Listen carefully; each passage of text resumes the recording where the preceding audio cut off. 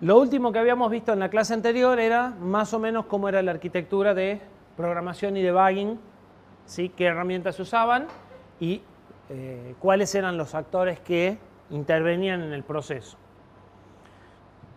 Y quedaría ver un par de herramientas que quiero presentarles que son útiles para resolver un par de problemas habituales. La primera herramienta que les quiero mostrar es Plantum. Plantum es un programita abierto. Todas las herramientas que yo les voy a mostrar son de código abierto. O sea, las instalan en Linux, las instalan con apt-get install o las descargan de la página del fabricante, cualquiera de las dos. Plantum es una herramienta que permite generar diagramas UML a partir de texto. Vamos a cosas fáciles. Los diagramas UML es un lenguaje unificado de diagramas que viene de la ingeniería de software, que sirve para modelar aspectos del software. Define, creo que son 12 o 14 tipos de diagramas distintos, de los cuales en el ámbito en el que nosotros nos manejamos hay 3 que pueden resultar interesantes. En realidad puede haber varios interesantes, pero hay 3 que son como de aplicación más directa. El primero es el diagrama de actividades, que es equivalente a un diagrama de flujo. ¿Sí? Sirve para ordenar la secuencialidad en la que tienen que hacer una serie de tareas. Lo que está a la izquierda es el archivito de texto que ustedes arman, y lo que está a la derecha es lo que genera la herramienta de forma automática. ¿Sí? Entonces, es una forma bastante rápida de organizar y de documentar actividades. ¿Sí? O algoritmos. Tengo que hacer esto, tengo que hacer esto, tengo que hacer esto, tengo que hacer esto, sin renegar con la parte gráfica. Simplemente escriben un pseudocódigo con algunos detallecitos, como por ejemplo, el ponerle la barrita atrás hace que este sea de doble barra en lugar de este tipo. En la página web de Plantum están las sintaxis, pero no tiene demasiadas complicaciones.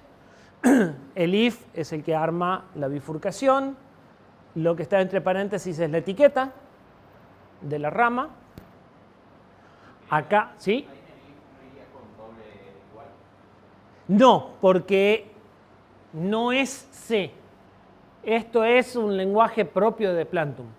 Lo que vos pongas acá, lo va a escribir acá, tal cual. Entonces vos podés poner distinto de 0 y te lo acepta. O sea, esto es texto y ese texto lo pone acá. Y vos podés usar lo que te resulta razonable en función del nivel en el que le querés dar a este diagrama de flujo. Entonces, si vos querés poner A positivo, ponés A positivo, if A positivo, y allá en el rectángulo te va a poner A positivo. ¿Sí? O sea, la sintaxis viene dada por el if, por el then, por los dos puntos y el indentado para saber dónde está el if y dónde se acaba, pero nada más que eso. Los bloques que vos ponés acá es texto y él lo copia acá. Y así como pusiste datos igual a estado, podrás haber puesto ordenar alfabéticamente y él te pone ordenar alfabéticamente. ¿Sí? O sea, hay una sintaxis, pero solo en el sentido de definir el título, de la forma en la que se pone el if y el else para que se arme, y algunas otras estructuras para que él después pueda generar el gráfico. Pero todo lo que está en cada uno de los renglones o en las condiciones es texto puro. Vos podés poner lo mismo que las etiquetas. Vos podrás poner positivo y negativo acá. Él copia las etiquetas en el gráfico. ¿El último al final de la barrita no debería llevar punto y coma o no hace falta? Es una excelente pregunta. Creo que no, habría que revisarlo. Puede ser que justamente en lugar de punto y coma la barra es la que cambia la parte gráfica y omita el punto y coma. ¿Sí? Si les gusta o si creen que es útil, la página es Plantum, después la vemos si quieren, y ahí tienen un ejemplo y tienen un editor web donde ustedes pueden ir escribiendo el texto y él les va mostrando cómo queda y después bajan el código este. Después vamos a ver otra herramienta donde pueden poner este código adentro y él se encarga de generar todo en una página web de documentación. O sea, esta herramienta se lleva muy bien con la que vamos a ver después. Este es un diagrama que es útil. El otro diagrama que es útil es un diagrama de secuencias.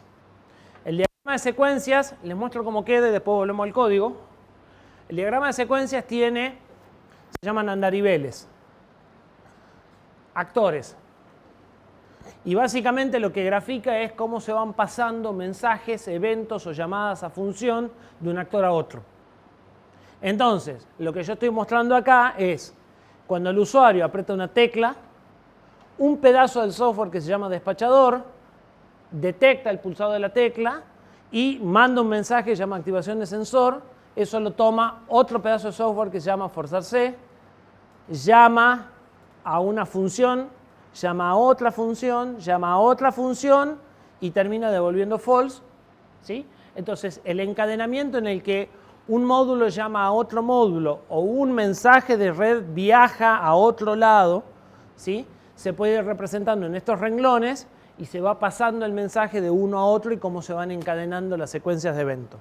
¿Sí? Acá hay se supone que el tiempo viaja así, ¿no? Entonces, ese diagrama está generado a partir de este código, donde se declaran los actores. Al poner actor pone el tipito, al poner participante pone un rectángulo, ¿sí? Pero estos son las tres líneas verticales. Y después con flechas simplemente dicen, bueno, de usuario a despachador, que son los nombres que usaron acá, ponele esta etiqueta. Activate despachador lo que hace es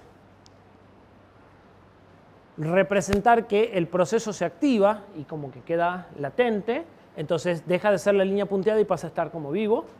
Eso lo pueden usar o no, depende lo que quieran modelar.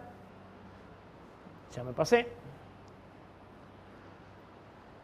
Despachador a forzar, ¿sí? Y básicamente lo que van poniendo es la flecha de origen a destino. Si esta significa la línea punteada, esta flecha es un valor de retorno, entonces está con línea punteada en lugar de con línea llena, por eso tiene dos guiones. Pero es algo que es, o sea, conociendo el diagrama, pueden ver el diagrama, pero también lo pueden entender leyéndolo en texto, igual que el otro, ¿sí? O sea, son legibles a nivel texto y son legibles a nivel diagrama y los diagramas se generan automáticamente. Hay también uno que yo no puse acá, que es un diagrama de máquina de estados finitos, que es el otro que también puede ser útil. Yo no lo usé mucho el de diagrama de máquina de estados finitos, pero hay un diagrama de máquina de estados finitos dentro de los UML y creo que también está soportado por este. Bien. Hablando de documentación, que estas herramientas que yo les estoy presentando son para documentación, no sé si escucharon hablar alguna vez de Markdown. Sí. Lo estás usando. Bueno, a ver, ¿qué es Markdown? Básicamente vos escribís texto plano y después te lo pasas como es un formato de página, digamos. Es un texto con formato, pero con formato muy liviano, solo admite 6 o 7 variantes de formato, que está estandarizado y que se puede generar páginas web a partir de ese texto con formato liviano. Entonces, vamos a un ejemplo. Esto es el texto en Markdown y aquello es como lo verían en web. Es lo que utilizan Wikipedia, GitHub para todo lo que son comentarios de issues, ¿sí? Entonces, el numeral, por ejemplo, indica título de primer nivel. El doble numeral indica título de segundo nivel. Tienen hasta 6. La otra opción, en lugar de numeral, es poner un subrayado con igual. ¿Sí? Eso también indica título de primer nivel. Después, el asterisco indica itálica. Y el doble asterisco no está acá. Asterisco, asterisco, asterisco, asterisco, pasa a negrita.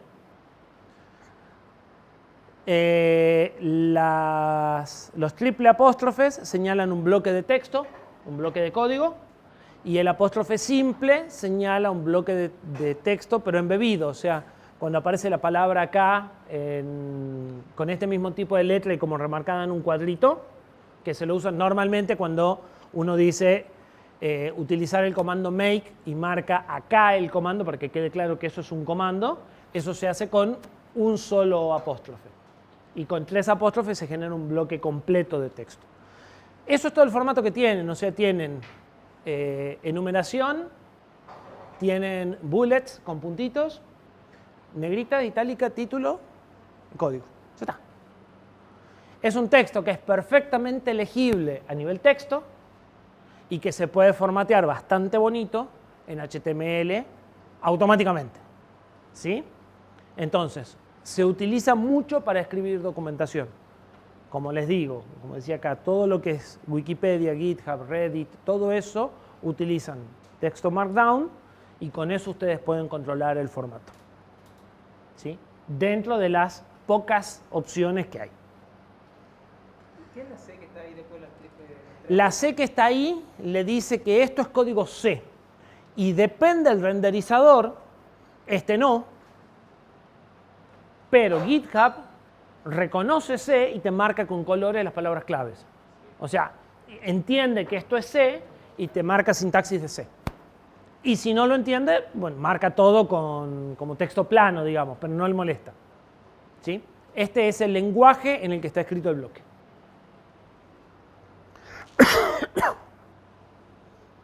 Bien. Y por último, una herramienta que incluye a las otras dos, o que permite también usar a las otras dos, que es Doxygen. Doxygen es un programa pensado para documentación de código, particularmente documentación de API. ¿Saben lo que significa API?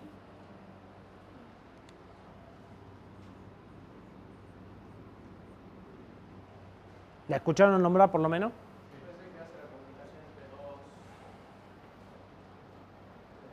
Entre dos.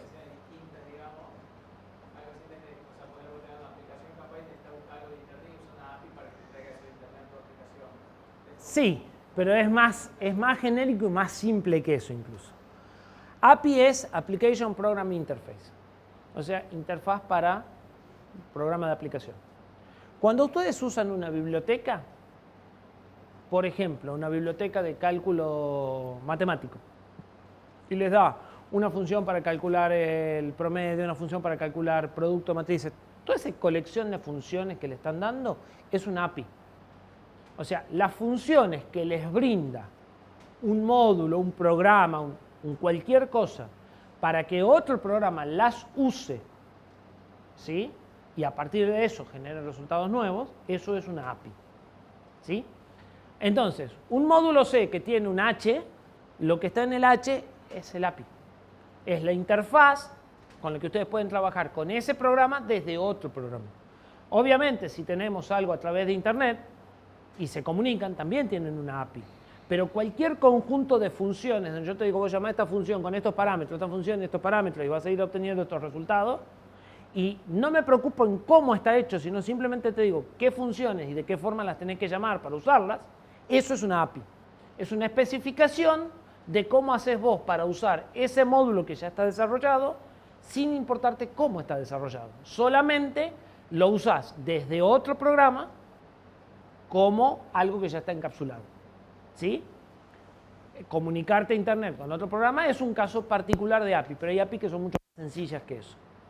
Entonces, si nosotros vamos a trabajar desarrollando módulos o vamos a modularizar el proyecto, cada módulo debería tener una API, cada módulo debería tener un conjunto de funciones que dicen, bueno, esto es lo que yo te ofrezco para resolver esta parte del problema. ¿Sí? Este programa está pensado específicamente para documentar eso. Puede documentar muchas cosas, pero originalmente nació para documentar eso. La documentación que genera, o sea, la documentación se hace en el mismo código fuente del programa a partir de comentarios especiales. ¿Sí? Entonces, ustedes están escribiendo el programa y en el mismo momento que están escribiendo el programa, escriben un comentario un poco más largo y eso va a generar la documentación automáticamente. Esa documentación se puede generar en HTML, que es lo que más se usa, se puede generar en PDF, se puede generar en páginas man. Las páginas man son un sistema de ayuda que tienen en Linux. Si ustedes en Linux ponen man y un comando, le va a abrir un manual en línea de cómo se usa ese comando. Bueno, este puede generar ese tipo de archivos y si lo que ustedes estuvieran escribiendo es un comando, lo pueden agregar después a las páginas man que ustedes hacen, le pueden pedir que se instalen también en las del sistema de forma tal que pongan man y su comando y accedan a la documentación de su comando. RTF y XML. De esto lo que más se usa en general es HTML. Y puede documentarse porque entiende Doxygen, porque entiende Markdown y porque entiende Plantum. Entonces puede documentarse parte del proceso de diseño escribiendo documentos Markdown y haciendo diagramas en Plantum y él se encarga de generar automáticamente el diagrama y embeberlo. Entonces, en lo que es específicamente para lo que originalmente fue pensado, esto es la definición de un tipo de datos. Lo único que hago es, antes de la definición, agregar un comentario que tiene doble barra y un signo de admiración, o triple barra, hay varias formas de marcarlo. Y esto es la documentación de este tipo de datos. Con las funciones pasa lo mismo, ¿sí? Acá está hecho con otro estilo, pero es la misma idea. Uso barra asterisco, signo de admiración. Estos son comandos para Doxygen. Con esto le digo que lo que estoy haciendo es escribir la documentación corta, ¿sí? O sea, en un renglón, que es lo que hace la función. Lo que viene a continuación es la documentación larga o la explicación más larga de qué hace la función. Y esto es el detalle de los parámetros, ¿sí? Estado es un parámetro de entrada que asigna el nuevo estado y que puede admitir estos dos valores.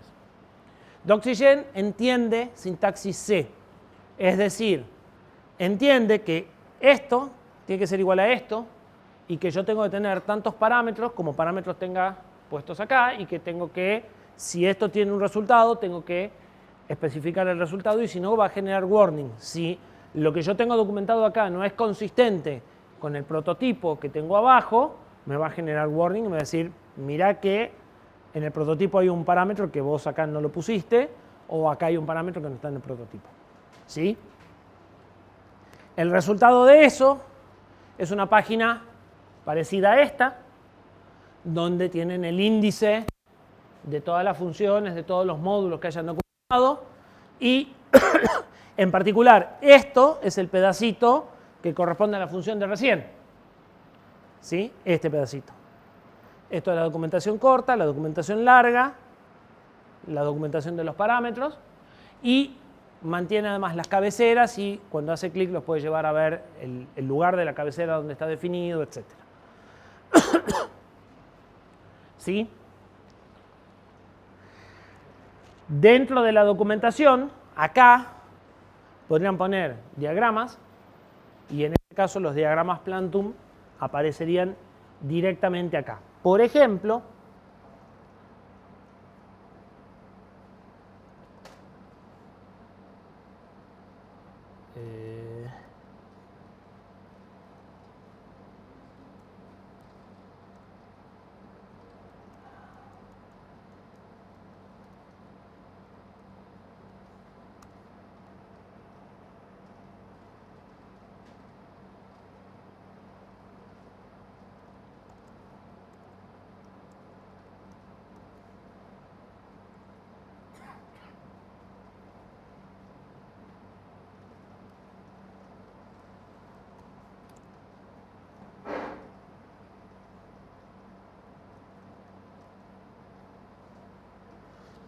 ya no me acuerdo en dónde está el repositorio.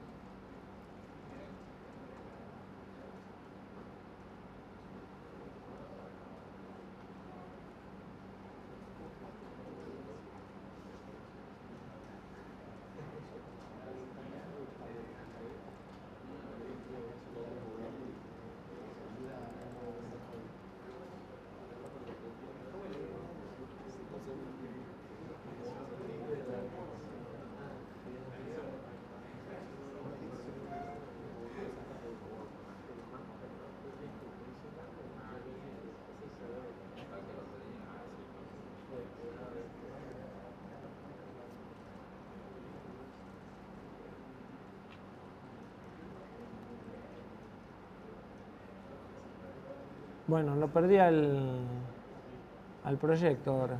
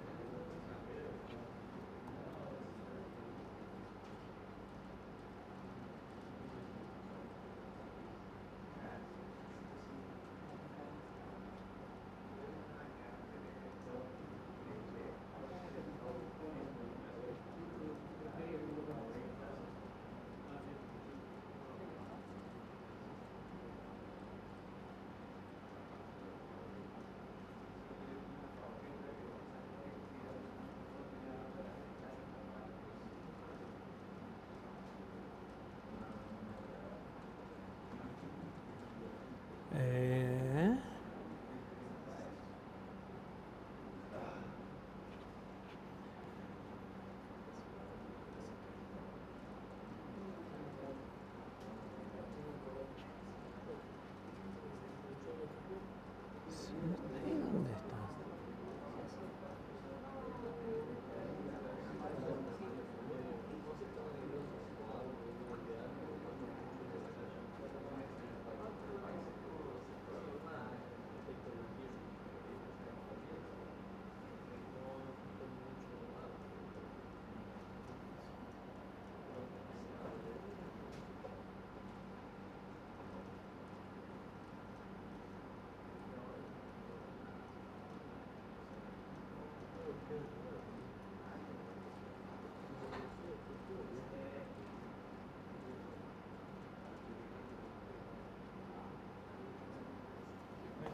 Sí.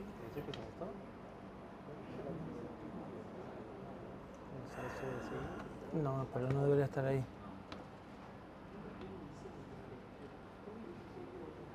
No, ese es un pedacito, no es el pedacito que les quiero mostrar. Eso es una placa nada más. No, debería estar acá, pero a ver.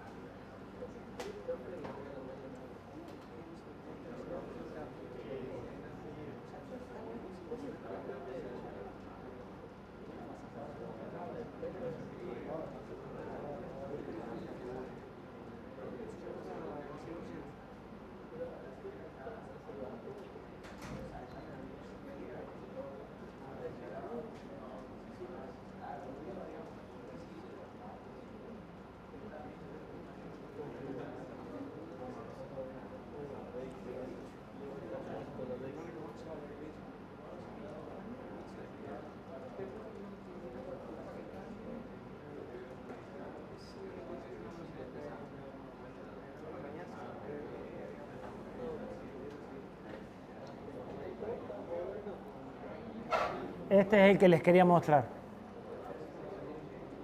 Esto es un proyecto de firmware donde la documentación está en esta carpeta.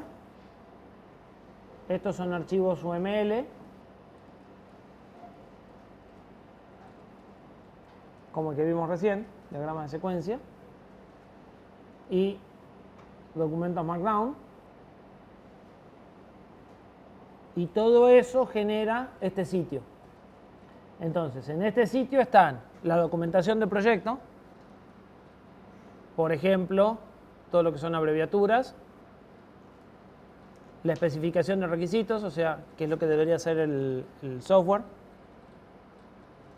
la arquitectura, cuáles son los componentes de software y las capas. Las clases, que vamos a ver la clase que viene, vamos a ver qué son las clases. Las secuencias. Y el código, o sea, el plan de pruebas.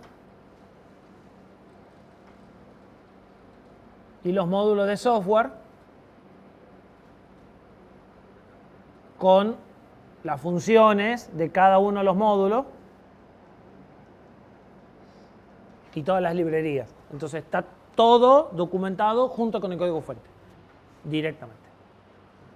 Con la idea de que cuando se modifica algo, modifiques lo que haga falta. ¿Sí? Entonces todo esto, que es la página web que documenta el sistema, sale de el código de esto, o sea, este es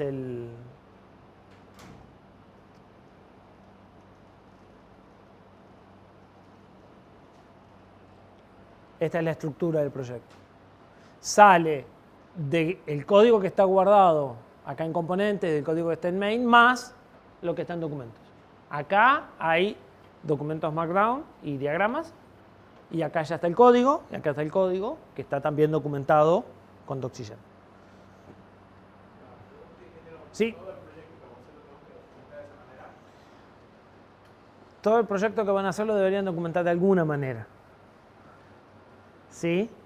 En general a nadie nos gusta documentar. Esta es la herramienta más práctica que encontré yo en cada una de sus áreas para documentar. Exige bastante poco esfuerzo, particularmente Doxygen en las funciones de API. ¿Sí? Porque lo que vos terminás teniendo es una cosa como esta. Mirá. Vamos a algo fácil. Ese no es algo fácil.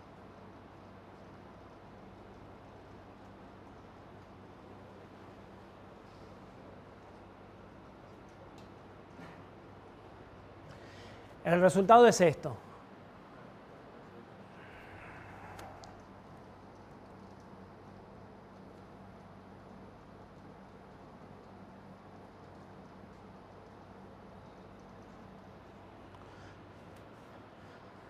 Simplemente pones un comentario arriba que explica un poco más para qué sirve esa estructura, en este caso, para qué se usa esa estructura, y un comentario en cada uno de los campos para qué sirve cada uno de los campos. Y con las funciones pasa algo por el estilo. ¿Sí? Entonces es algo que lo podés leer desde el código fuente, o sea, si vos tenés que ir a buscar la función o usarla, la función ya tenés ahí la documentación de para qué te sirve. Y si querés después correr Doxygen y generar la documentación, bueno, mejor. ¿Sí? Entre poner un comentario común y poner este comentario es el mismo esfuerzo. ¿Sí? Tampoco hace falta grandes documentaciones. Fíjate que te dice función para notificar de un evento cuando hay una interrupción. Si vos más o menos ya sabés cómo funciona el diseño, entre el nombre y esta descripción corta no hace falta una descripción demasiado larga, salvo algunas funciones que tengan algo muy particular. ¿Sí? Parte de la documentación es elegir nombres adecuados para las funciones y para los argumentos. ¿Sí? Y cuando eligen nombres adecuados, también es importante elegir valores. O sea, por ejemplo, si el argumento se llama, o tengo una variable que se llama habilitado, y está en true, se supone que está habilitado. Si no, sería deshabilitado. Entonces, si ustedes le ponen como nombre a la variable habilitado, en true debería de funcionar y en false debería no funcionar. ¿Se entiende? Entonces, ese tipo de cosas ayudan a que la documentación sea menor. O sea, si yo te pongo, mira, tendría que buscar el H, no el C, para que lo veas mejor, pero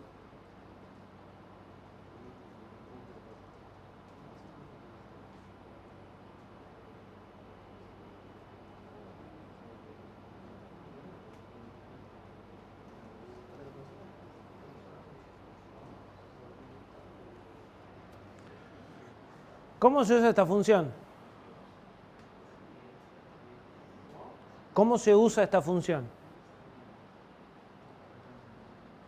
La llamás con un parámetro. El parámetro es un puntero que te dice la salida que querés activar y si lees 2 líneas más arriba vas a ver que tenés una función para crear que te devuelve algo del tipo salida digital T.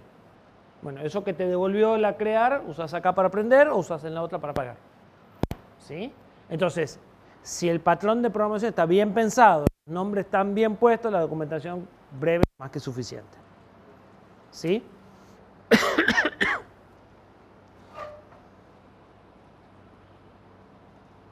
Bien.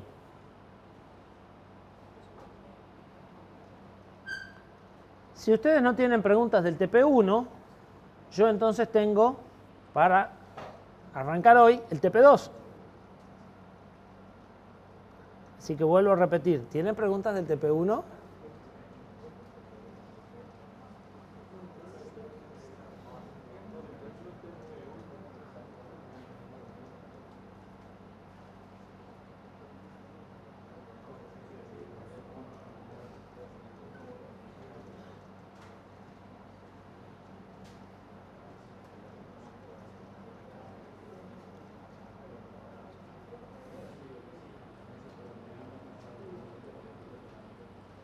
Última oportunidad. ¿Tienen preguntas del TP1? Listo. Vamos con el TP2. Para el TP2 hay que hacer un pequeño proyectito que yo lo voy a empezar a esbozar ahora. ¿Sí? Y lo voy a hacer más o menos completo, porque ustedes lo tienen que repetir. Sí. Podemos ir negociándolo. Esto igual es tan cortito como el de Git. Son 2 archivos, o sea, 2 archivos C, 2 archivos H, un makefile y un archivo de Oxygen muy cortito. ¿Sí? Los otros van a ser un poco más largos. Vayan proponiendo ustedes fechas de entrega. Que no sean demasiado lejos porque se le van a empezar a superponer. Hay que hacer un pequeño proyecto en C que ilustra todo lo que venimos viendo o una parte de lo que venimos viendo. Hay que crear un archivo makefile para compilar el proyecto con makeall. Todo el código fuente y cabeceras tienen que estar en la carpeta src del proyecto. Está en una de las diapositivas, igual ya lo vamos a ver. O sea, si esto es el proyecto, que es el repositorio Git, dentro de esto tenemos que hacer src. Y ahí va el código fuente. El ejecutable, que va a ser para Linux, porque lo vamos a correr dentro del Linux, tiene que quedar en la carpeta build/bin. Es decir, acá además de src va otra carpeta que se llama build. Y acá en bin tiene que quedar el binario. Y los archivos O intermedios que se compilan tienen que quedar en build obj.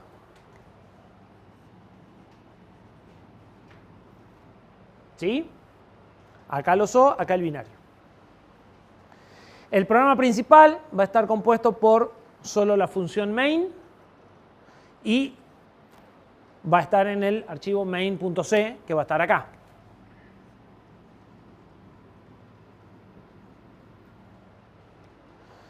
Además del main, van a generar un módulo que se llama alumno, será alumno C y alumno H, que mostrará por pantalla, que les va a dar una función para mostrar por pantalla a los alumnos en un formato JSON.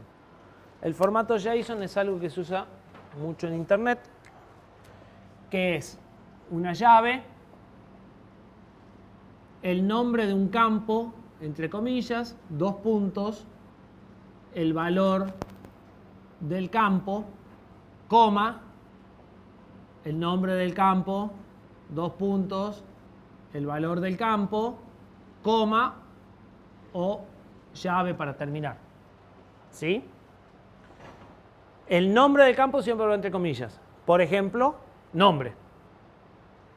El valor del campo depende si es numérico o no, Si es cadena, sí. Entonces, si encuentro un felpón que escriba, lo que ustedes tendrían que obtener sería una cosa como, o sea, una cadena de caracteres que tiene una llave, los JSON siempre empiezan con una llave, o con un corchete, pero una llave en este caso, comillas,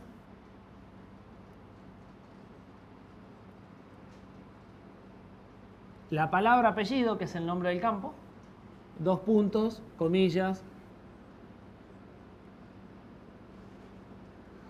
comillas, coma,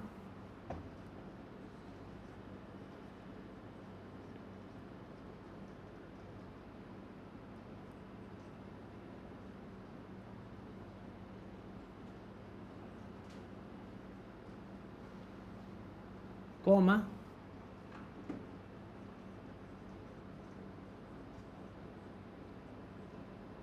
dos puntos,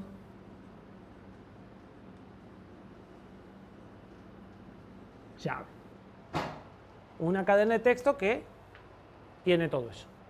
¿Sí? Ese formato se usa mucho para mandar datos tipo estructura a través de Internet, ¿sí? Porque esto es texto puro.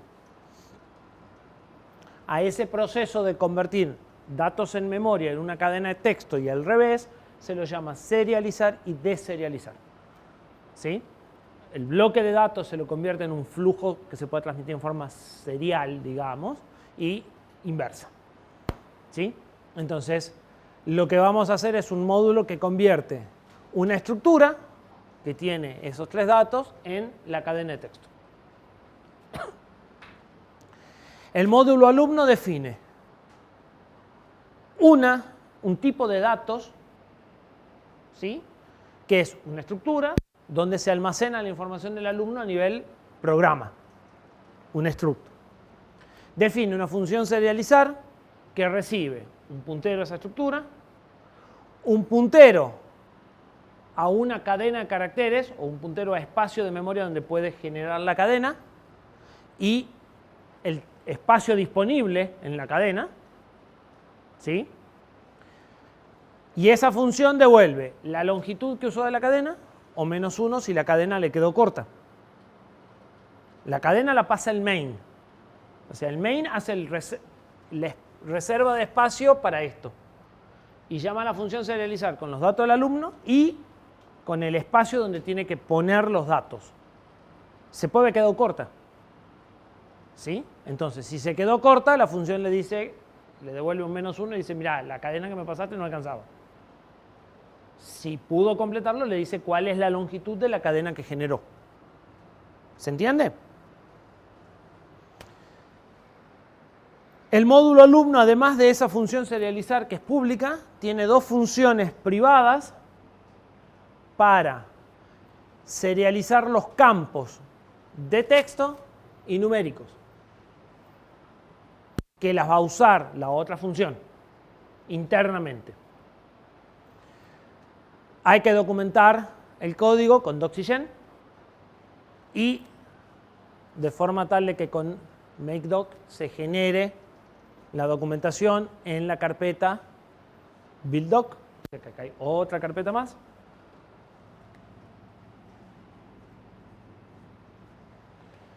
Y se debe mantener un formato consistente en todo el código, posición de llave, formato de identificadores, identado, etc. O sea, un código prolijo.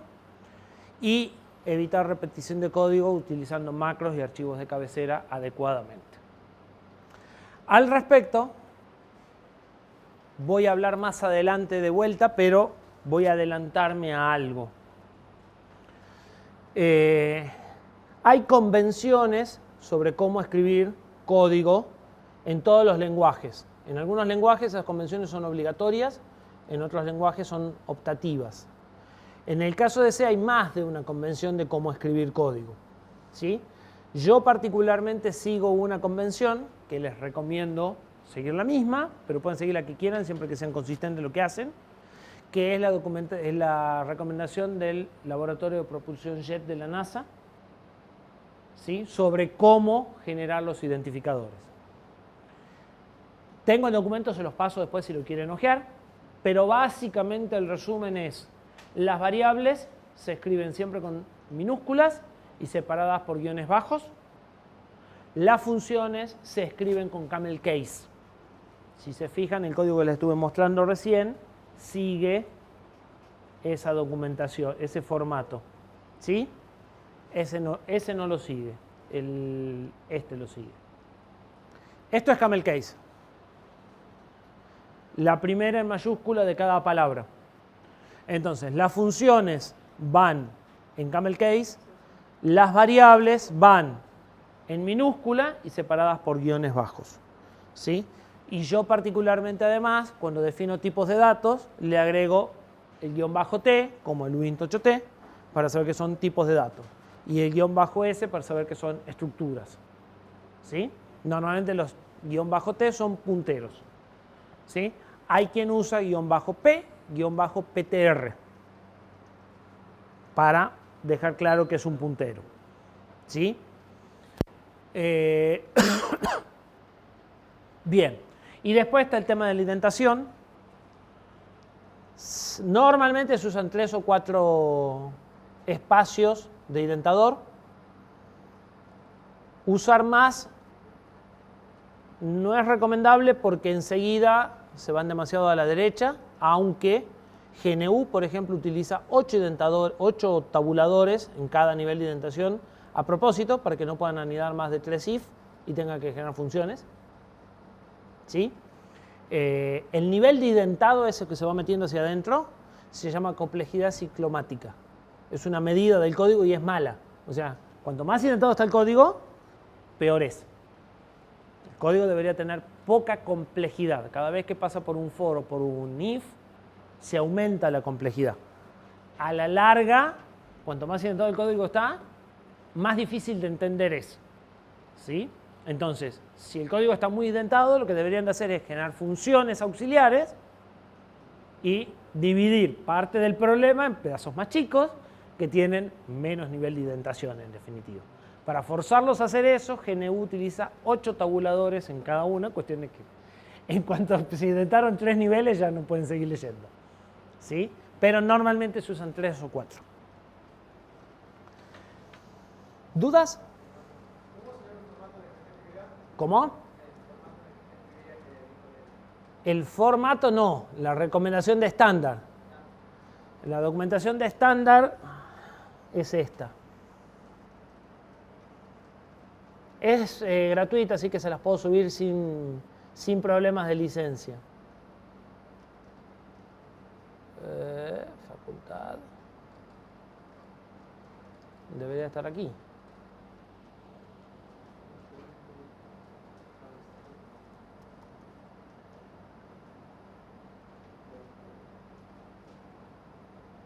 Ya la busco, la tengo guardada en algún lado, porque cuesta encontrarla en internet.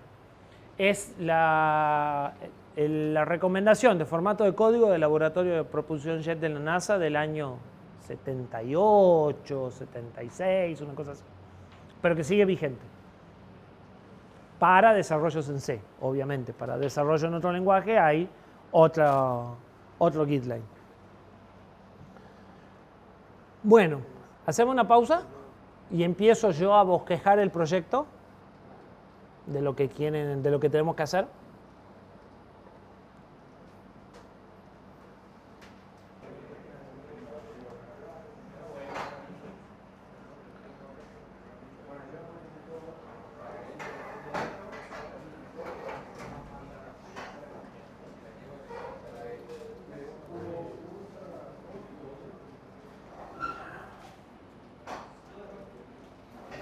Bueno.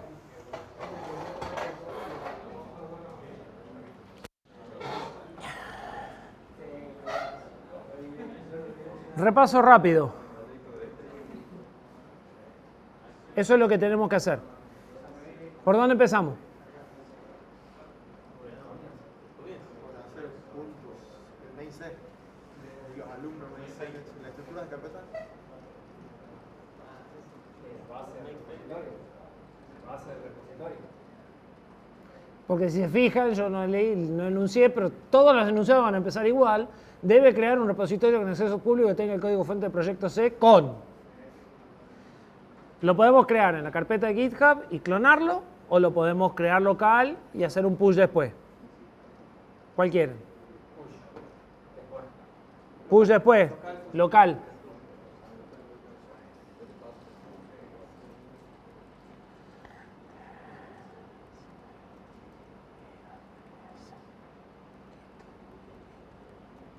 Leen, ¿no? Entonces, yo voy a trabajar en proyectos embebidos, git init tp2, ese es mi repositorio.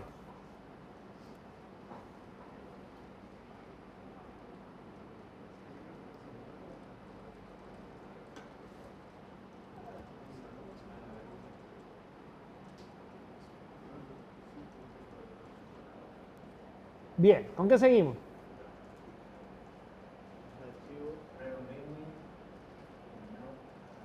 Me gusta. Poner un readme. Bueno. Fíjense que el readme es MD y es Markdown.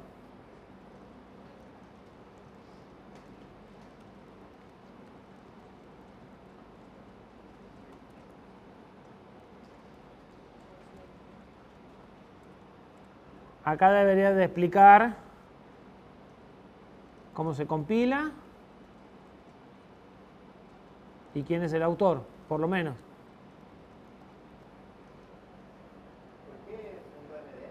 ¿Por qué es Markdown?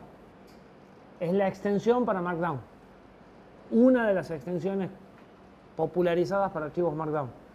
Al ser .md, cuando a esto lo ves en GitHub,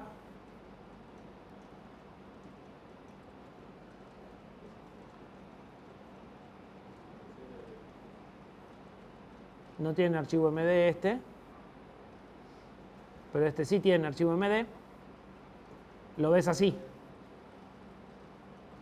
Ves que lo está formateando como HTML, pero en realidad el readme MD, si lo veo en RAW, es así. O sea, yo escribo esto y veo esto. Porque GitHub procesa automáticamente cualquier archivo con extensión MD y lo pasa por el renderizador, o sea, por un módulo que lo entiende y te lo muestra como un HTML formateado, aunque es un archivo de texto puro. ¿Sí? Fíjense que GitHub recomienda que README sea con mayúscula. Que vamos a hacerle caso. Bien, ya tenemos el archivo readme.md para decir quién es el autor y de qué se trata el repositorio. Buena práctica número 1.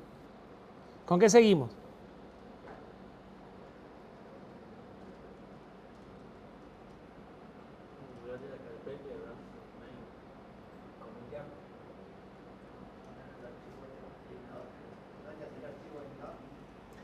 .gitignore.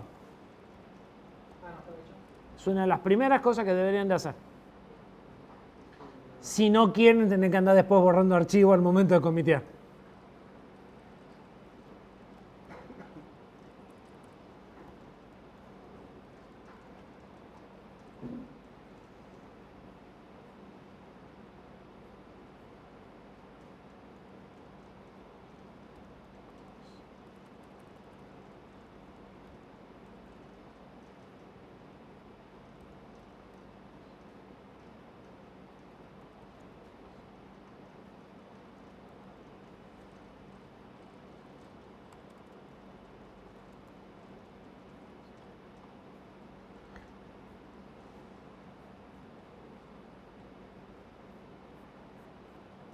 No está mal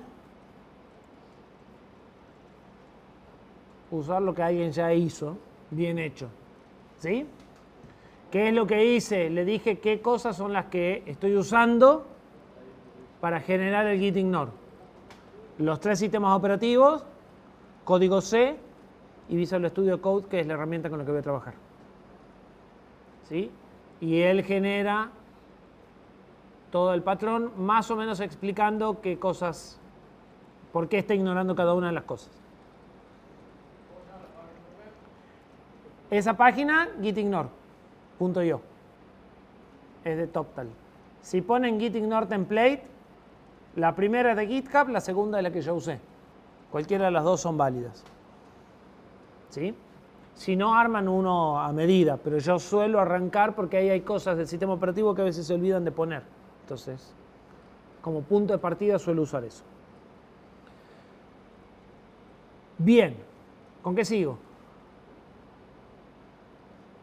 Hago un primer commit con eso.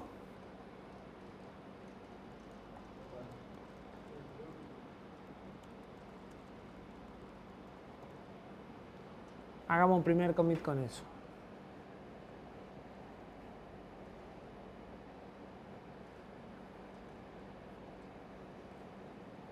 ¿Sí? Si ya tengo un commit hecho, debería de crear el repositorio.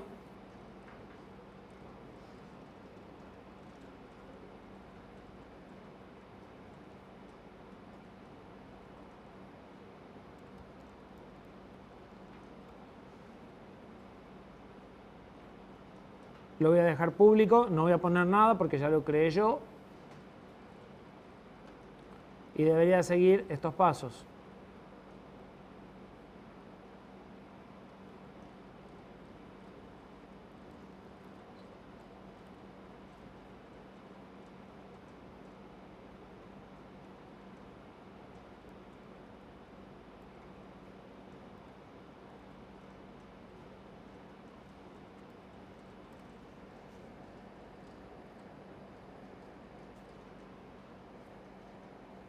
Listo.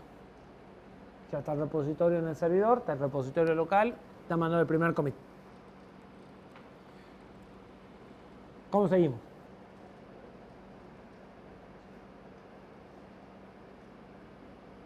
¿Por dónde empezamos? ¿Por el makefile o por el archivo C?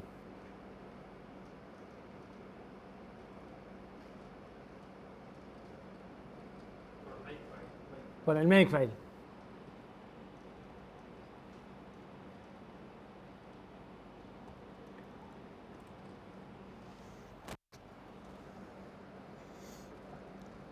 Bien, y busquen las diapositivas, porque es muy parecido al de las diapositivas.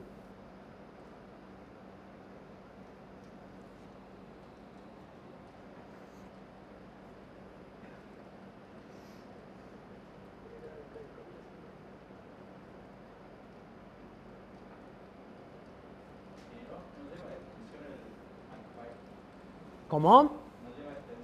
No, no lleva extensión. Puede llevar MK si quieren. Puede ser makefile.mk o puede ser cualquier cosa .mk. Y si no, makefile. Cualquiera de los dos se reconocen igual. Normalmente lo que se busca es un archivo makefile sin extensión. Pero puede ser MK también. El makefile tiene una particularidad que los va a hacer renegar. Yo les dije que era...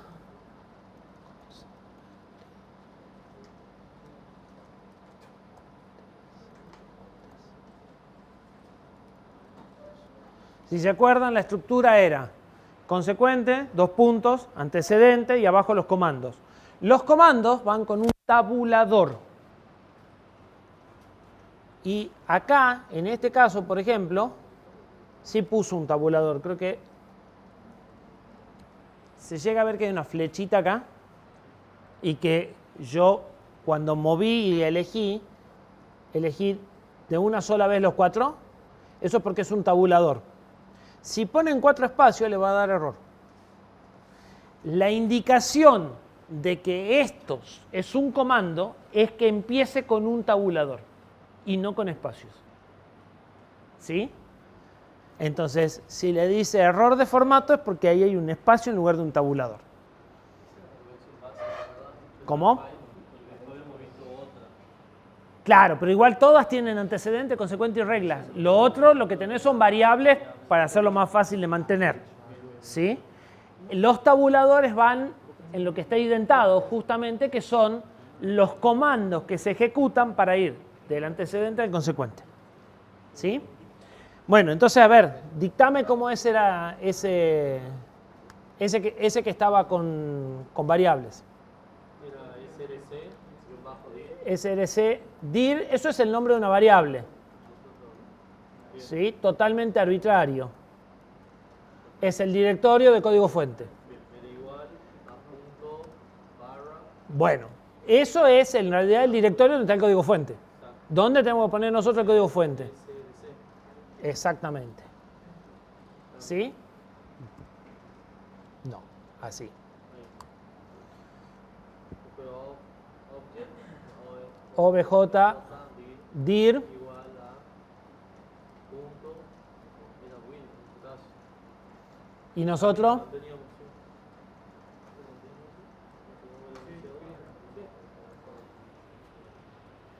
ojo, nosotros tenemos que poner los objetos en build obj y el binario en build bin. Con lo cual, si queremos hacer las cosas prolijas, deberíamos de hacer un outdir obj dir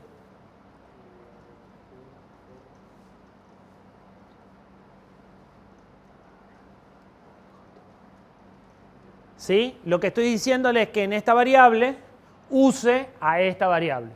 ¿Para qué? Para no repetir dos veces el build. Y bin dir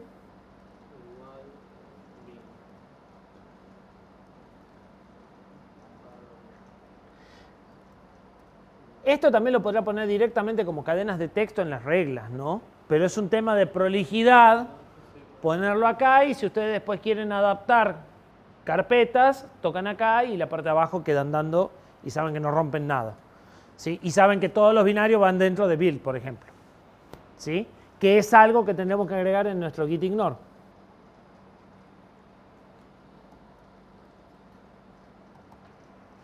Todo lo que va en build no tiene que mandarse.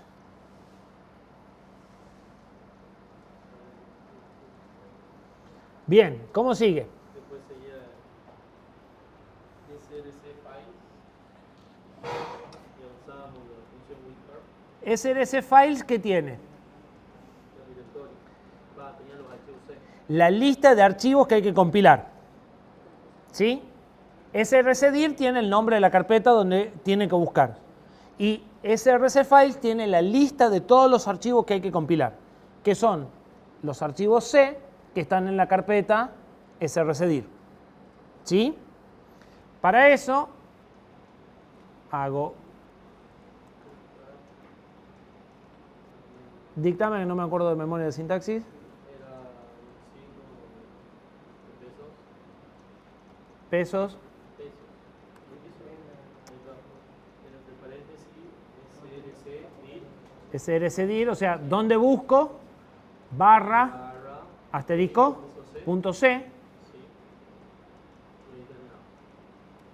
y ahí terminaba. Ese sí, el otro. Bien, fíjense que si yo ahora pongo all, dos puntos,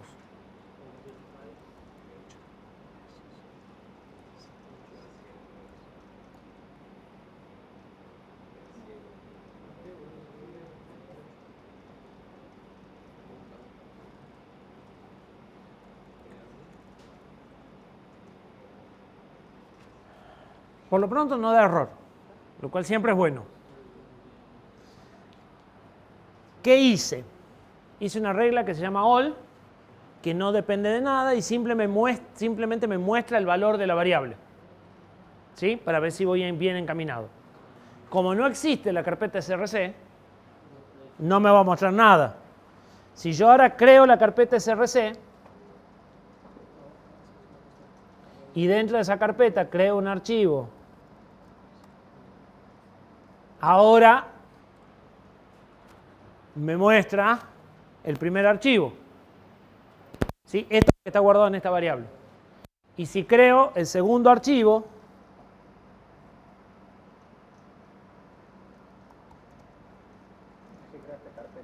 sí.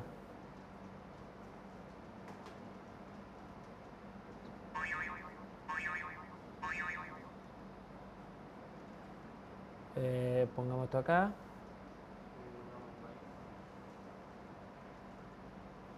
Mover.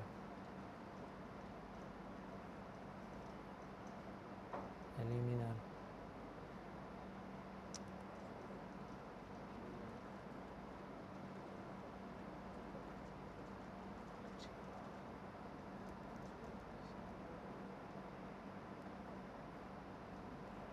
Ahí sí.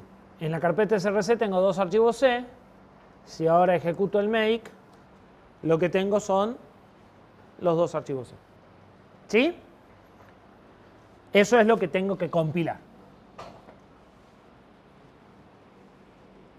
Volvamos al makefile. Después tenía una variable más, que era objfiles, que es la lista de archivos O que voy a generar a partir de cada archivo C. Para eso lo que hacía era, a cada entrada de esta variable, le cambiaba la carpeta y la extensión sobre esta variable.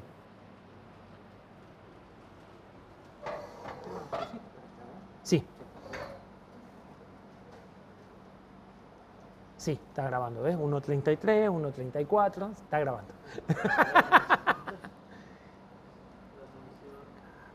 La función wildcard. No, la función wildcard no es pathSubst. ¿Así es? Bien. ¿Cuál es el primer parámetro? Era srcdir, que era para que se cree el objeto. srcdir.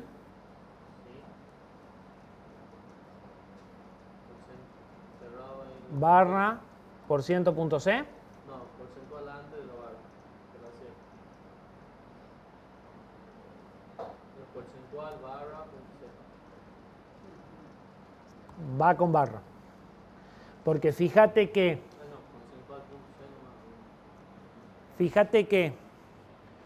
srcdir se termina sin barra. Y vos querés que cambie de la barra hasta el punto. O sea que la barra tiene que ir en el prefijo, o debería de ir en el prefijo. Si la sacás no pasa nada, pero ¿sí? El % es el pedacito que no va a cambiar, que debería ser main. La variable srcdir es solamente ./src. Le tengo que agregar la barra. Todo esto es lo que voy a cambiar al inicio, el % queda y el .c es lo que voy a cambiar al final. ¿Sí? Entonces, el primer parámetro es qué es lo que busco. El segundo parámetro es por qué lo cambio. La parte de adelante, el srcdir, lo voy a cambiar por el objdir. Entonces, pesos objdir barra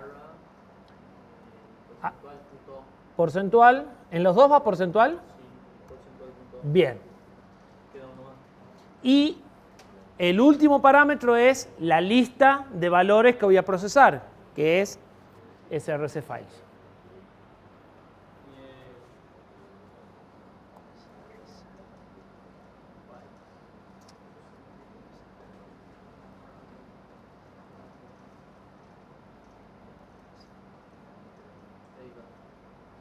Y entonces,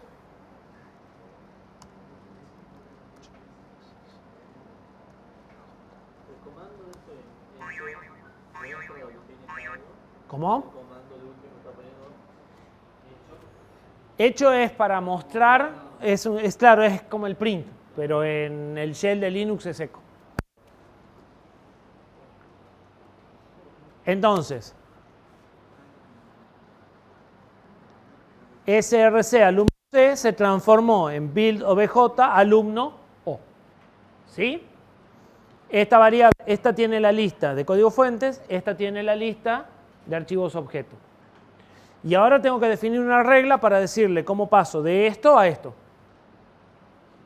Solo hacemos el echo Para verlo. Yo, sí, por ahora lo estoy haciendo para ver si voy bien encaminado. y para que vean los valores de la variable, pues yo se los conté, ahora lo estamos viendo. Entonces, la regla que compilaba era pesos, era básicamente esto.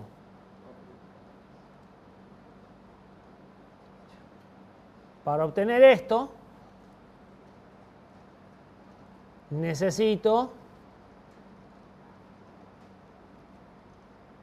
esto, o sea, son las mismas dos que transformé. ¿Sí?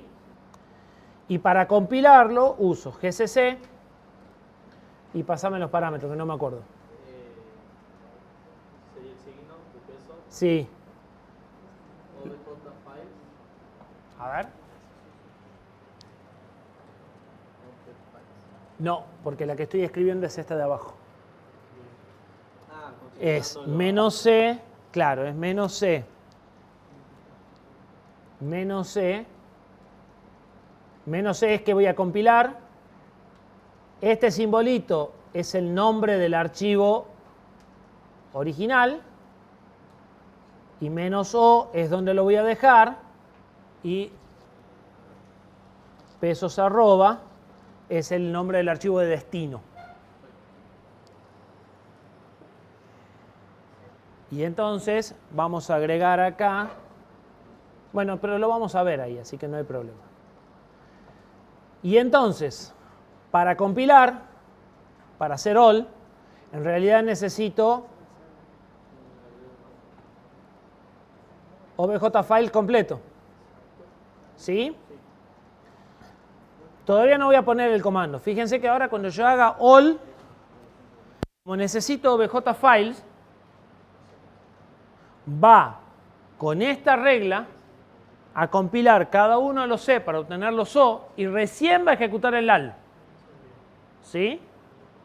Porque a esta le agregué un antecedente.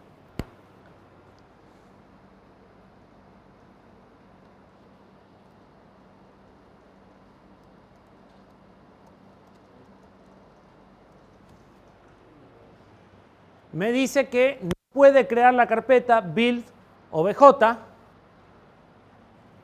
O sea, que no puede crear. O sea, fíjense que, ¿qué hizo? GCC menos C, acá puso el nombre del fuente, que es lo que yo les había dicho.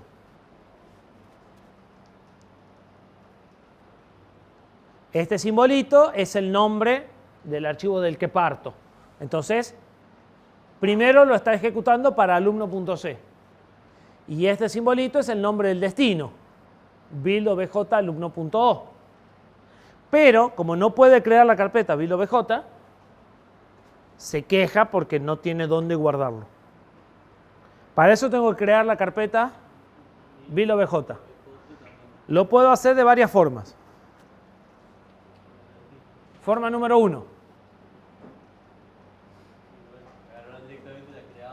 La creo. Nueva carpeta, build, nueva carpeta, obj. ¿Y listo?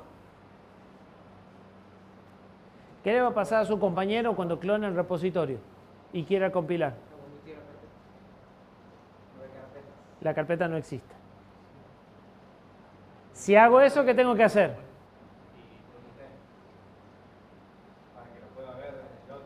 ¿Cómo? Tengo que crear adentro un archivo .gitkeep para que el repositorio reconstruya la carpeta cuando lo clonen. Si voy a ir por ese lado. Vamos te dije que había varias formas de hacerlo. Esa es una. Creo las carpetas a mano, pongo un archivo gitkeep y entonces, como las carpetas van a estar en el repositorio, el que clona el repositorio, se le van a crear las carpetas y no va a haber ningún problema en compilar. Pero yo le dije que ignore todo lo que está en build. Así que cuando ponga el archivo gitkeep, no lo va a tratar de guardar. Y voy a tener que hacer dos cosas. O primero, sacar del git ignore la carpeta build, agregar el gitkeep y después decirle que ignore la carpeta build. O hacer un commit forzado diciéndole a este archivo agregalo aunque esté en la lista de ignorados. ¿Sí? Porque yo voy a crear acá un archivo gitkeep.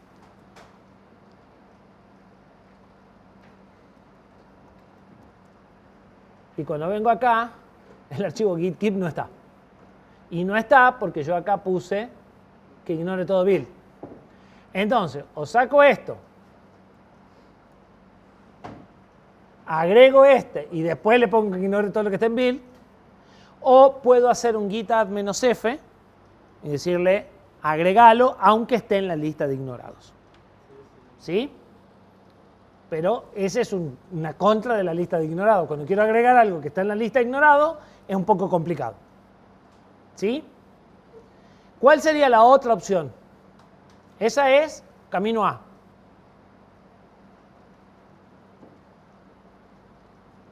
Camino B. Que lo cree el Git, el Makefile. Y el Makefile lo puede crear de dos formas.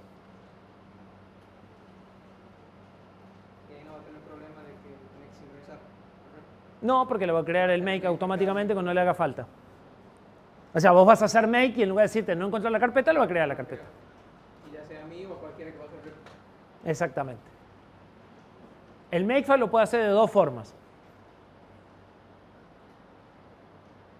¿Qué formas se les ocurre? No, a mí se me ocurren dos formas. ¿No se les ocurre ninguna?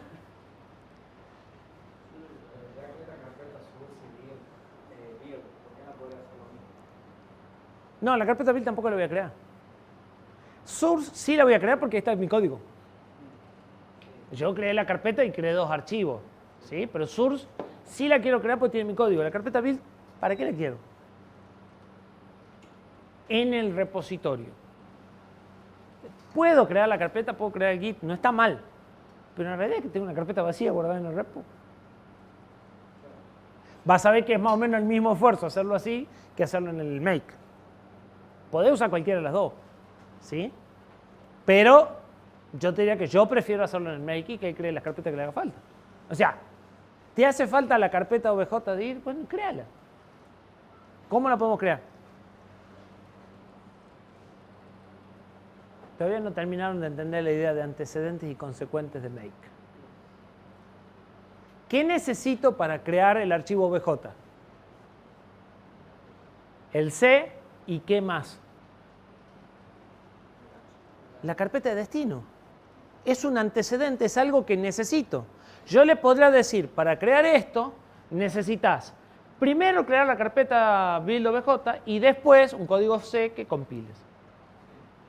Y él se va a fijar si existe la carpeta. Si existe la carpeta, bien, ese antecedente ya lo tengo. Y si no, con una regla le puedo decir, crea la carpeta. ¿Se entiende? Yo le puedo decir que para crear un archivo O necesito la carpeta donde voy a guardar el objeto y un código fuente. Necesito las dos cosas. Y la carpeta se puede crear con una regla, diciéndole, si no está la carpeta, hace mkdir, punto, y créala. O puedo ponerle mkdir acá arriba. Es decir, cada vez que vayas a compilar, por si acaso hace mkdir antes de la carpeta, por las dudas. Si ya existe, no pasa nada. Si ya existe, va a haber que poner un indicador de que no dé error, pero no pasa nada. ¿Sí? Entonces, puedo generar una regla y decirle, para generar el O no solo necesito el código fuente, también necesito la carpeta de destino. La idea de antecedentes es cosas que necesito para poder aplicar la regla. Yo acá lo único que le dije que necesito es el archivo C. Y en realidad también necesito la carpeta de destino. ¿Sí? Para eso, Si nosotros ponemos mkdir directamente ahí en el inicio del repositorio, se va a crear carpeta, ¿verdad? no. Tengo que especificar que sea. Espérate. El makefile, o sea, este archivo es un archivo de reglas, no tiene ni principio, ni final, ni orden. Si vos pones mkdir por acá en algún lado, te va a dar error simplemente. Vos podés poner comandos dentro de las reglas únicamente. Entonces, lo que podés hacer es poner acá arriba mkdir y decirle, antes de tratar de compilar, créame la carpeta. Dentro de esta regla, que sabés que es la primera que se ejecuta. ¿Sí? Hizo referencia en esa carpeta. Una vez que la creamos, Si vos la ahí se va a crear en esa carpeta. se va, claro, porque como el makefile está en TP2 y vos lo ejecutás en esta carpeta, la va a crear de ahí para adentro. ¿Sí? O sea, el makefile no está en SRC, el makefile está en lo que sería la carpeta raíz del proyecto o en el inicio del repositorio. Entonces, todos los paths se refieren a esa carpeta como padre igual que el repositorio. ¿Sí? Entonces, yo puedo poner acá que para crear esto necesito la carpeta y el código fuente. Y la carpeta es objddir.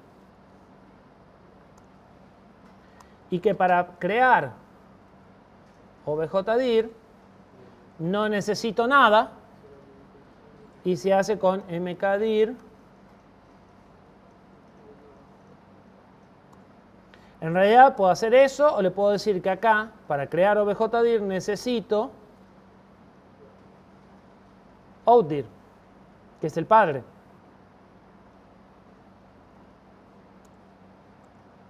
Y para outdir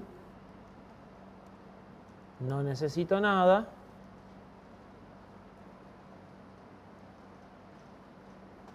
Entonces, probablemente tenga que cambiar este símbolo. Y ya les explico por qué. Ahora le digo que para crear un archivo O necesito dos cosas. Esta es una y esta es otra, van separadas por espacio. Se evalúan de izquierda a derecha, o sea, primero voy a buscar esta y una vez que tenga esta, recién voy a buscar esta. Por eso los puse en ese orden y no al revés. ¿Sí? Los antecedentes se evalúan de izquierda a derecha. objddir es el nombre de una carpeta. Pero yo acá también lo tengo como una regla. Para crear esta carpeta necesito la carpeta padre y hago mkdir la carpeta. Y para la padre no necesito nada y hago mkdir outdir.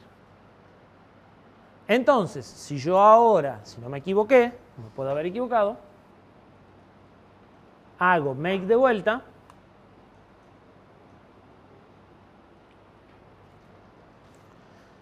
creo build, o sea, él calculó todas las reglas y decidió que lo primero que tenía que hacer era esta. No importa el orden en el que yo la escribí. Después esta, después compilar, ¿sí? Y acá hay un warning porque hay un parámetro que estoy poniendo mal. Sí, les dije que había que cambiar un símbolo, ¿se acuerdan? ¿Cuál símbolo? Este simbolito es el primer antecedente. Y ahora el primer antecedente es la carpeta. Fíjense lo que está compilando. Yo ahora no quiero el primer antecedente, quiero el segundo antecedente. ¿Sí? Que no me acuerdo cómo se escribe, ya lo busco. Pero lo que necesito es este nombre de archivo para el compilador y no esto que es el nombre de una carpeta. Y eso es este simbolito. Apuntaba al primero y ahora necesito que apunte al segundo. ¿Cuál sería el problema si invertir los antecedentes? Va a tratar de compilar antes de crear la carpeta porque los antecedentes se evalúan de izquierda a derecha. Entonces, primero va a compilar y después va a crear la carpeta. Pregunta si tienen C, lo tienen. Y el segundo antecedente es la carpeta antes de compilar. ¿Compilar con el PCC? A ver, sí, puede ser.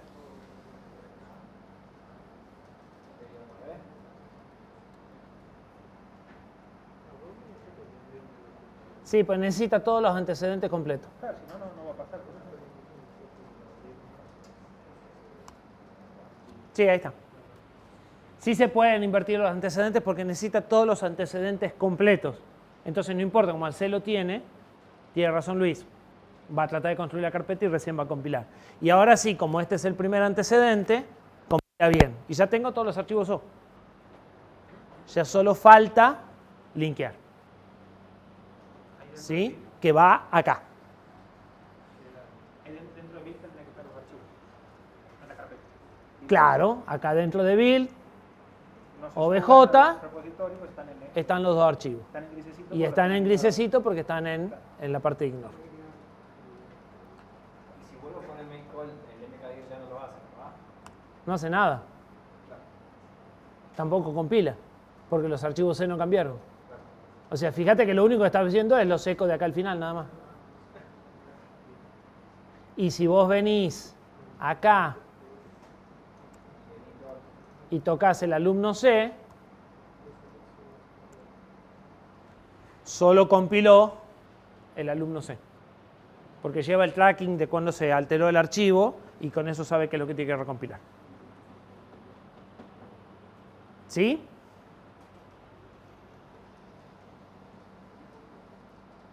¿Se entiende? ¿Queda un poco más claro cómo se estructura el makefile? Ustedes terminan el all. Es el comando que está ahí. Faltaría algo que siempre existe, que es make clean. O sea, faltarían dos cosas. Faltaría un clean que debería depender de outdir, que debería ser un RM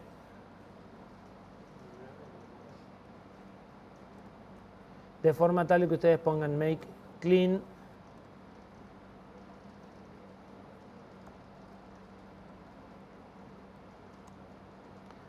y borre todo, ¿sí? Y lo otro que faltaría es que puedan poner make, bueno, ya lo hizo solo, y que por defecto él haga all, ¿sí? O sea, yo tengo que poner make all para que haga todo. Se le puede decir que la acción por defecto sea all, entonces pone make y hace all.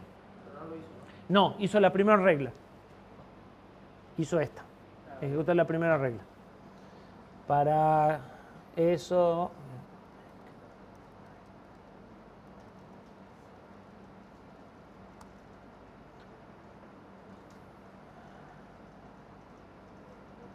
Creo que es punto default goal.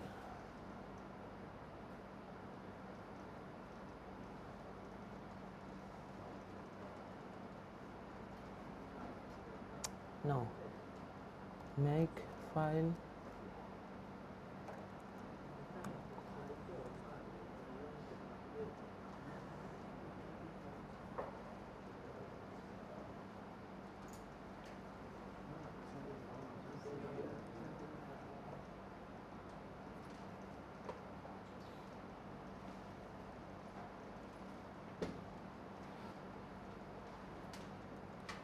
Tienen que agregar esta línea.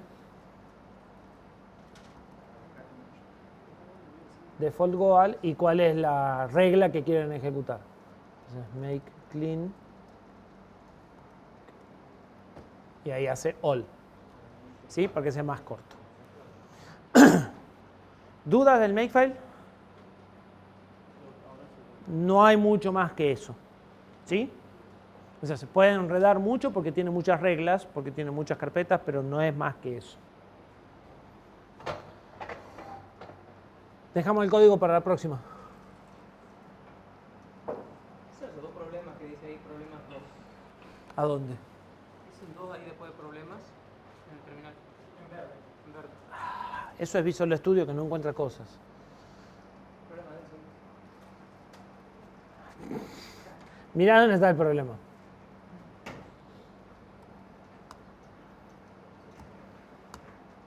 Es una extensión de corrección de castellano que está puesta. Que está revisando sintaxis de archivos que tienen sentido revisar sintaxis. Claro, ahí sí vale la pena revisar. Dejado funcionar ese estudio por el GitHub. No puedo mandar ni recibir nada. Porque GitHub el día 24 de marzo a las 8 de la mañana cambió su clave SSH de servidor.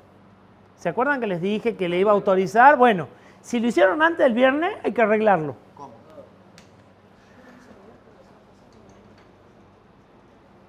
A mí no se me rompió, no sé por qué. Porque no estás usando SHA, debes de estar usando EDCS o otro tipo de clave. Hay distintos tipos de clave Y depende del tutorial que hayas seguido, por ahí generaste una clave DCS y esa no cambió, solo cambió la clave de RCA. No vamos a usar el mismo método, ¿no? Dentro del SSH hay distintos tipos de clave. En el Linux van a su directorio raíz con cd viborita, que es donde abren un terminal. Y de ahí hacen cd.ssh dentro de su directorio raíz. Ahí van a encontrar su archivo de clave privada, su archivo de clave pública, y este es el archivo de las claves de los servidores con los cuales ustedes ya contactaron y tienen la certificación. Nano, unknown host, buscan GitHub, en particular GitHub, ¿ves? Yo tengo EDCS y tengo SSH DCS y tengo por acá abajo otra más, si mal no recuerdo. Nano es un editor, cualquier editor de texto. El archivo unknown host, control X. Este archivo. Borra el renglón o todos los renglones de GitHub y te va a volver a pedir agregarlo y ya está. Es la forma más fácil. No se me ha abierto nada, así que algo escrito mal. No estás en la carpeta, me parece. ¿Cómo salgo de acá? Control X. Ah, LS. Sí, es guión bajo, no punto. ah bien. Nano. Pero vos tenés una ED 5519, no sé por qué se está quejando. Acabo de crear de vuelta todo.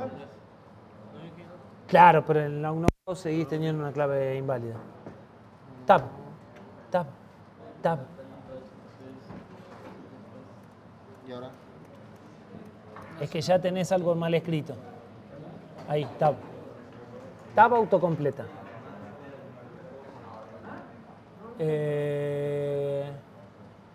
Hace una cosa más fácil, salí con el control X, RM, espacio, unknown host, KN, no.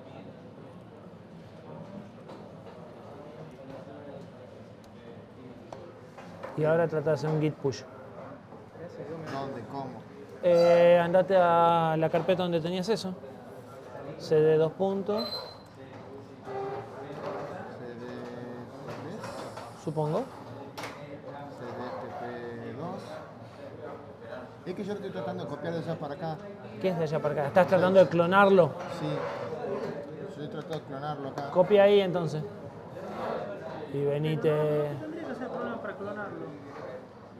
Sí, si lo estás tratando de clonar por SSH, sí. Igual. No, y por ahí está como privado. No, está público, si no, no podrían ustedes entrar. Pero igual estás juntando por SSH. No, clonarlo por comando. Porque este idiota no se da cuenta de que la clave, o sea, te está mostrando el mensaje de no conozco este servidor, lo querés agregar, y tienes que contestar sí, yes, y él no te lo muestra. Andate a la línea de comando, ¿dónde lo querés copiar? ¿Ahí?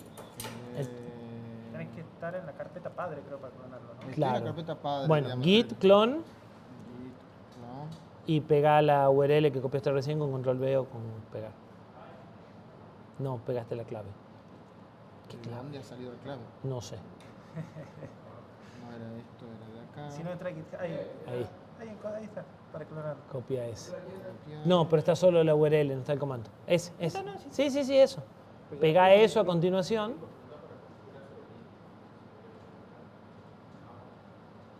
No, es que estás pegando la selección en lugar del portapapeles. ¿Control V? ¿Hace control V? No, pone pegar el portapapeles. Ahí está. Pero Selección, no entiendo. Voy a borrar lo que está delante del. sí, que no va. Es git@github. No, desde el menos en adelante tenés que borrar. ¿Dónde está el menos? Adelante la G. El menos también lo tenés que borrar. Ahí.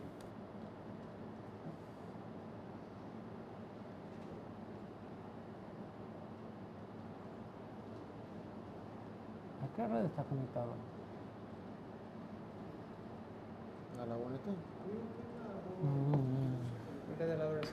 Sí, conectate a la borraza. Pero esta la última vez anduvo, digamos. Sí, pero es SSH. Sí, ¿pero qué? Es SSH y UNT Lab Redes 18 con L mayúscula. Ah, la de UNT por ahí te La- bloquea. Redes 18. Sí, no tenés permiso de conectarte al puerto 22. Bueno, A ver, ahí- sí, ahí. Bueno, asaltó ese cartón era que me he desconectado de la UNT, supongo. Sí.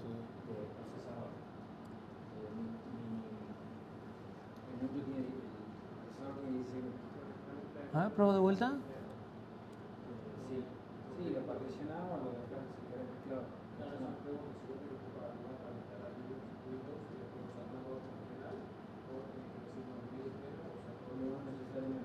No se pudo leer el repositorio remoto, por favor asegúrese que tenés permiso correcto. ¿Diste permiso a la clave nueva que generaste en Git? No sé cómo dar permiso, se supone que. Entra de vuelta a acá en SSH. settings y acá, Sí. sí, la acabo de agregar. ¿Puede ser que esto no tenga internet ahora? No debería. O está muy lento. Tiene una VRC conectado, a ver, fuera de la máquina virtual tengo.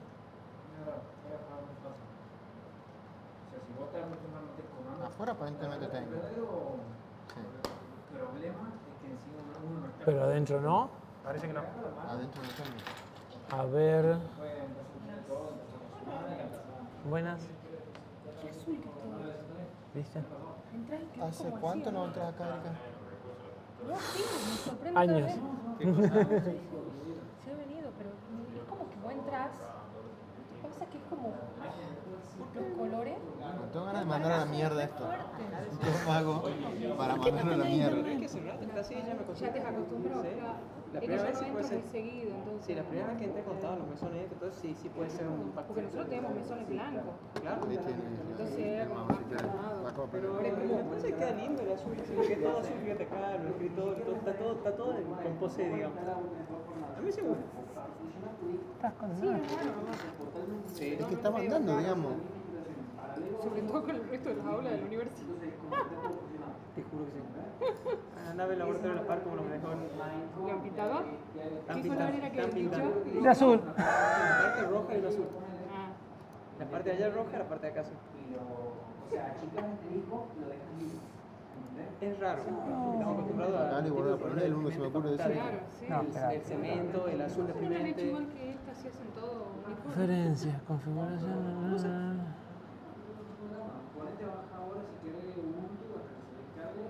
¿De carajo está la configuración de herramienta del sistema? Es roto. No sé.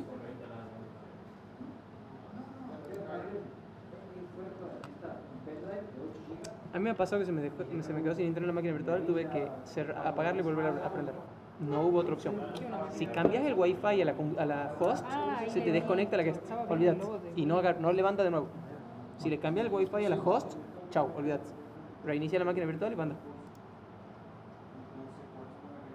Yo me cambié de red con el host y se quedó sin Dicen que internet hasta tenía que algo reinicia la guardado. máquina. Sí, no. No sé por qué. No. Esa imagen puede ser. Puede ser que el problema sea con esa imagen. Pero a mí me pasó. Sí, eso es lo que hicimos recién, así que explicaría por qué no anda. Sí, pero menos averigua Dios.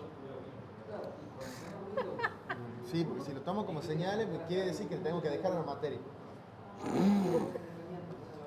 Vas 4 clases Qué recién. No sé. interpretaciones extrañas que tiene esta gente, ¿no? ¿Desde cuándo creen señales vos? Sí, gente de En ciencia. excusas, digo. El sueño ¿Con qué no tengo puede- que hacer ahora? El sueño no ¿El puede navegador? almacenar. No, volví a hacer lo mismo, pero ya está en internet. Ahora debería estar en internet. ¿Y? Pará, dale tiempo. Está en modo tonta, ¿no? No.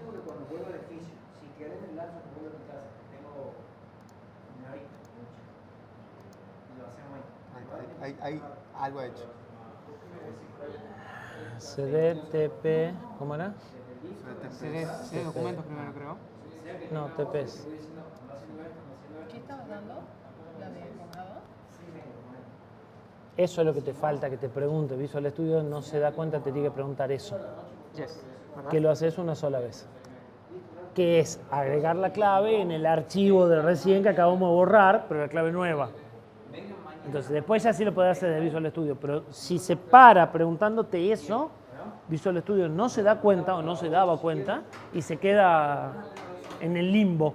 Ni te dio error, ni te dice terminé, porque se queda parado en el ISS y no lo detectas. Lo que pasa es que eso ocurre una sola vez en la vida, salvo que GitHub vuelva a cambiar su clave. Vale, que no lo vuelvo. Me armó un quilombo en el servidor de... Yo estoy haciendo un servidor de integración continua. No sabía dónde mierda cambiar la clave en el Jenkins. Me seguía diciendo, no, que la clave no es, que la clave no es. Ya sé que no es donde mierda la cambio. Estaba en un archivo perdido allá. Espera, Martín, que te estás olvidando tu adaptador. ¿La de electrónica o la...?